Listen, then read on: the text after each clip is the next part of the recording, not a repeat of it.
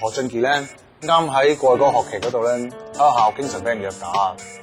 你條僆阿俊傑喺人哋地頭亂放貨，我啲僆妹仔唔識嘅，師兄哥唔喺度，唔係喺度恰我啊！兩兄弟啊，啲手都真係咁唔關事。冇得傾下 K 仔啊嗰啲嘢啊，留喺身邊害人不淺，冇益嘅。不如攞翻出嚟俾我。我唔知啊，我咩都唔知啊，我冇叫我細佬，點會知啲嘢啊？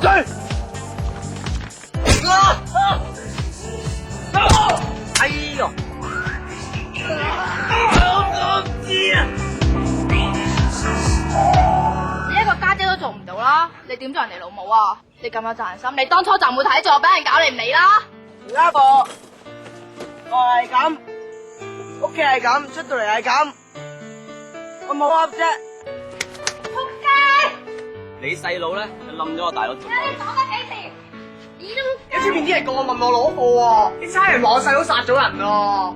咁騰雞做咩啫？不嬲有時候匿埋噶啦，你顧住自己。你保住佢，佢唔係你生嘅。又唔係你生咯？邊度咁 care 佢？大家都係自己人，唔係你搞咪我搞你咯。家陣你想咁嘅咩？我出事嗰陣又唔見你哋有熱血過。阿姐，我哋一人一次，大家都冇數啦。佢咩唔易啫？都唔關你事。